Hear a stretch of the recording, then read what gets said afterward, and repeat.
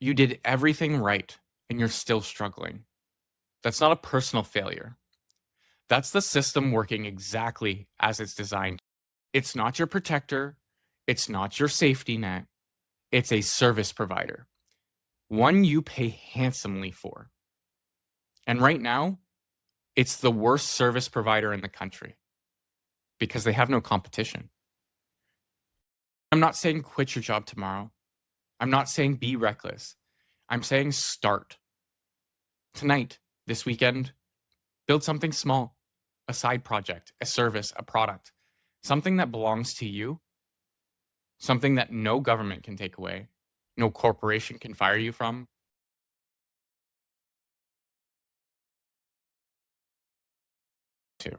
Hey, I haven't done one of these in a while, so bear with me. I usually prefer being on the other side, sitting with a guest, asking questions, trying to pull stuff out that I think people like you actually want to hear. But today I need to talk to you. Just you. One on one. Because I think you already feel it. Something's off. Something's been off for a while. You're working hard. You're doing what you were told to do. And it's still not enough. And I don't think anyone sat you down and explained why. Not really. Not without an agenda.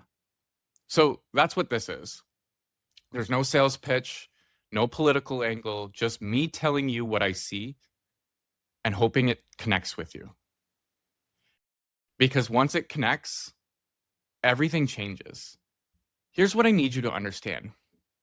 The single biggest problem in your life right now, the reason things feel so hard, the reasons you can't get ahead no matter what you do, it's not the economy in some abstract sense.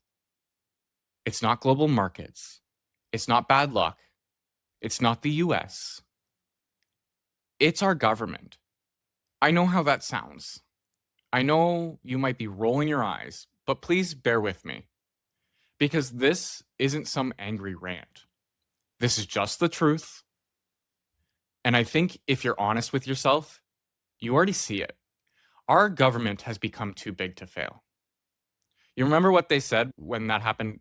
Do you remember when they said that about the banks? Right? The banks got so massive that if they collapse, they'd take everyone down with them. So we bailed them out. Well, the same thing's happening with our government, except nobody's coming to bail them out. When they fail, it's you. It's your family. It's your kids. Every single citizen will absorb that failure. You're already absorbing it. You just might not have the language for it yet. What we're living through right now, it has a name. It's called managed decline. Our infrastructure is failing, our systems are crumbling, and the people running the show don't have the capacity, the workforce, or the honesty to fix it without crushing you under the cost. Let me make this real for you. You've noticed things are getting expensive, right? Groceries, gas, heating your home, everything keeps going up. And you're probably thinking that's just the way things are. Global inflation, supply chain issues, whatever they told you on the news. But here's what they're not telling you. A huge part of why things cost so much in Canada is because they destroyed our own infrastructure. They've printed money. They've taxed you as far as you can be taxed. We used to have real infrastructure, real railways, and we let them rot. We have power grids that are aging and overloaded and not conducive to our green agenda. Like trying to get clean energy will not be supported on our infrastructure currently. We have one highway going in most directions across massive distances. One that connects every single one of us. Had we kept building, had we invested in connecting this country properly, it would cost a fraction of what it does today to move goods around. That's why things are cheaper in the United States. It's not magic. They have the infrastructure. They have the highways connecting every state. They have multiple railway lines. They have competition among couriers. So it costs almost nothing to ship from one end of the country to the other. That savings gets passed on to you, the consumer. We chose not to do that. Or rather, our government chose not to do that. And now you're paying the price of that neglect every single time you buy anything. That extra cost on your groceries, it's not just inflation. That's decades of failure to build what should have been built. And now they're scrambling, announcing big nation building projects like Heroes. But these should have been started 10 or 20 years ago. You're paying for their incompetence, and they're acting like they're saving you. COVID happened. And I want to be careful here because I know it was a scary time for you. It was scary for everybody. Nobody knew what was going on. And I'm not going to sit here and mock you for being afraid. That's not what this is about. But I need you to see what happened because the choices that were made during that time are still shaping your life today. They shut down every small business around you, your local restaurant, the gym you went to, the shop on the corner that has been there for decades, all of them forced to close. And the support they were given, it wasn't enough. You probably heard the numbers and thought, oh, I thought they were being taken care of. They weren't. That money didn't save them. And in many cases, it just prolonged their death. They took on debt expecting to reopen in a normal world, and that world never came back. But here's what I really need you to hear. While those businesses were forced to close, big corporations, our monopolies, were allowed to stay open. Our government decided who lived and who died. They chose the giants every single time. So now look around at your neighborhood. How many independent businesses are left? How many options do you actually have? You're paying more for less, and there's no one to compete with these massive companies because the competition was killed, not by the market, but by the government. They created the monopolies you're now trapped by. Can I ask you something personal? And I want you to actually think about this. Don't just hear it, feel it. Your whole life, you've been told there was a path. Go to school, get good grades, find a solid company, work there for 20 to 30 years, be loyal, be dependent, and in return, you'll get a good salary, the benefits, the pension. You'd buy the house, you'd raise the family, you'd retire comfortably and get everything you want out of life. That was the deal they offered you. So, did it work? Are you there? Do you feel successful right now? Do you feel like you're making it? Because here's what I think. You did everything right. You followed the formula. And while you were being a good worker, being reliable, showing up every day, your wealth was being stolen. Inflation ate at your savings. The house you bought, yeah, it went up in value, but so did your mortgage, your property taxes, your maintenance costs, the car you needed to get to work. That's another payment bleeding you every month. And everything around you, groceries, utilities, insurance, all keep climbing. And your salary, it doesn't move, does it? You did everything right and you're still struggling. That's not a personal failure. That's the system working exactly as it's designed to. Because here's the thing that nobody told you. The education system wasn't built to make you wealthy. It wasn't built to make you independent. It was built to make you a good employee, compliant, productive, unquestioning. They never taught you how money actually works, how business works, how the economy functions. Because if you understood those things, you would not need them anymore. And they need you to need them. Now, to be fair, your parents didn't really have a choice. They didn't have the internet. They got their information from one or two sources, and that was reality. I don't blame them for not seeing through it. They couldn't. But you can. You have access to more information than any generation in human history. So why are you still being controlled?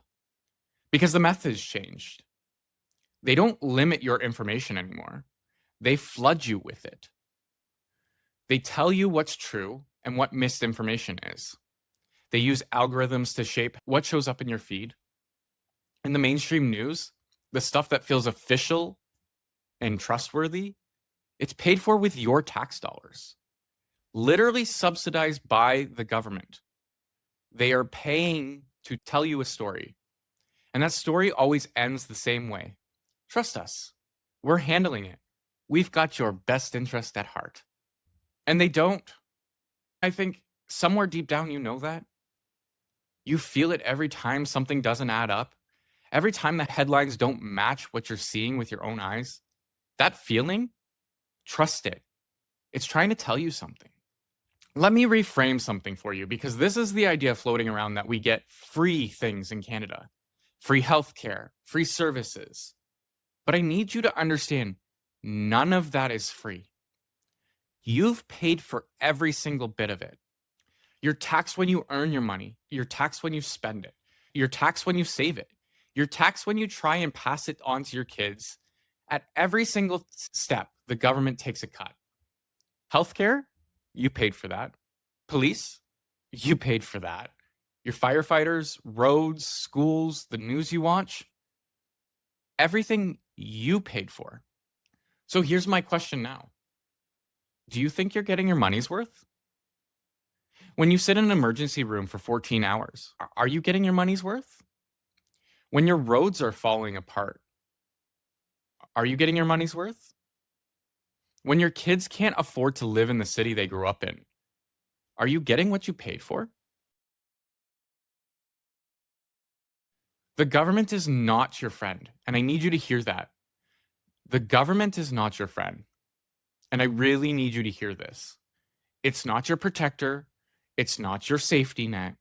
It's a service provider, one you pay handsomely for. And right now, it's the worst service provider in the country because they have no competition. You wouldn't accept this level of performance from a company, a private company. Why are you accepting it from an institution that controls your entire life? And you know what really breaks my heart? We used to be different. Canada used to mean something, not in a flag waving, chest thumping way, in a quiet way. Canada was the country where you helped your neighbor, even if you didn't like them, where you showed up in a time of need, no question asked, where everyone could feed themselves and live with dignity. It was our identity, and it was real. And somewhere along the way, we let them convince us that that community meant government. We outsourced our responsibility to each other, handed it to bureaucrats. We stopped showing up for each other because we assumed the government would do it for us. And now that government has failed spectacularly, undeniably failed.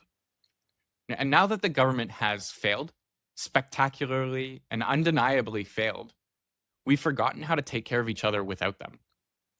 We've forgotten that we ever could. You probably heard people say that Canada's just not like America. We're different. And yeah, we are different. But different was never supposed to mean worse. It was never supposed to mean declining. It was supposed to mean that we took care of each other. And we stopped doing that. So here's where we are now. As of right now, today, this is not some hypothetical future. You can't afford a home. You can barely afford rent. Groceries are a stress. Gas is a stress. You're one bad month away from real trouble. And what are you doing about it? What am I doing about it? What is anybody doing about it? Most of us, we're waiting for the next election, waiting for the right politician, waiting for the government to fix what the government broke. And I need to tell you as clearly as I can, that is never going to happen. Over 21% of our workforce is directly employed by our government. Another 20% is funded by government money through NGOs, consultants, third-party contracts, and old age pension plans. That's nearly half our economy. That's nearly half our working population dependent on tax dollars. Half. That's not an economy. That's a dependency machine. And anyone inside that system knows it doesn't work. You've been told, we can't do that. We've always done it this way. You've seen the waste. You've seen the fraud. But you can't fix it from the inside because the system is designed to protect itself. Canada's problem has never been billionaires. It's been the multimillionaires who control our supply chains, our monopolies, and the politicians who refuse to challenge them. I don't know if they're afraid. I don't know if they're benefiting. Mark Carney is benefiting. But I know the system is rotten, and it will never fix itself. But here's why I'm talking to you today. Because there is a way out for you, personally. Not for Canada in some abstract sense. For you, your life, your family, your future, and possibly your community. But it requires something you might not be ready to hear. Sacrifice. It requires you letting go of the idea that somebody else is going to save you. I need you to build something. And I mean that literally. Find something you're good at, a skill, a trade, a product, an idea, and build a business around it. I know it sounds terrifying. I know the entrepreneur sounds like a word for other people, but it's not. It's for you. It's the only path that leads to somewhere different from where you currently are right now. Because here's what's actually risky. Spending the next 30 years working for somebody else, hoping your pension will be there, hoping it won't eat everything you've saved, hoping the company doesn't downsize you at 55. That's a gamble. You're already gambling. You're gambling on a system that has proven it does not care about you. And I'm not saying quit your job tomorrow. I'm not saying be reckless. I'm saying start.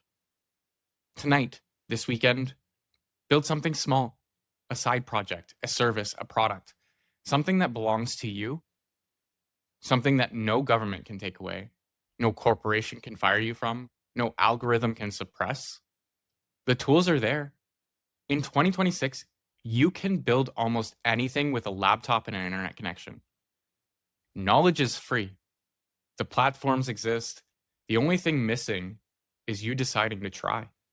Now, one more thing, and this might be the most important thing I say today. Once you understand how the system works, not how they tell you it works, but how it actually works, it stops being scary. I promise you that. It becomes simple.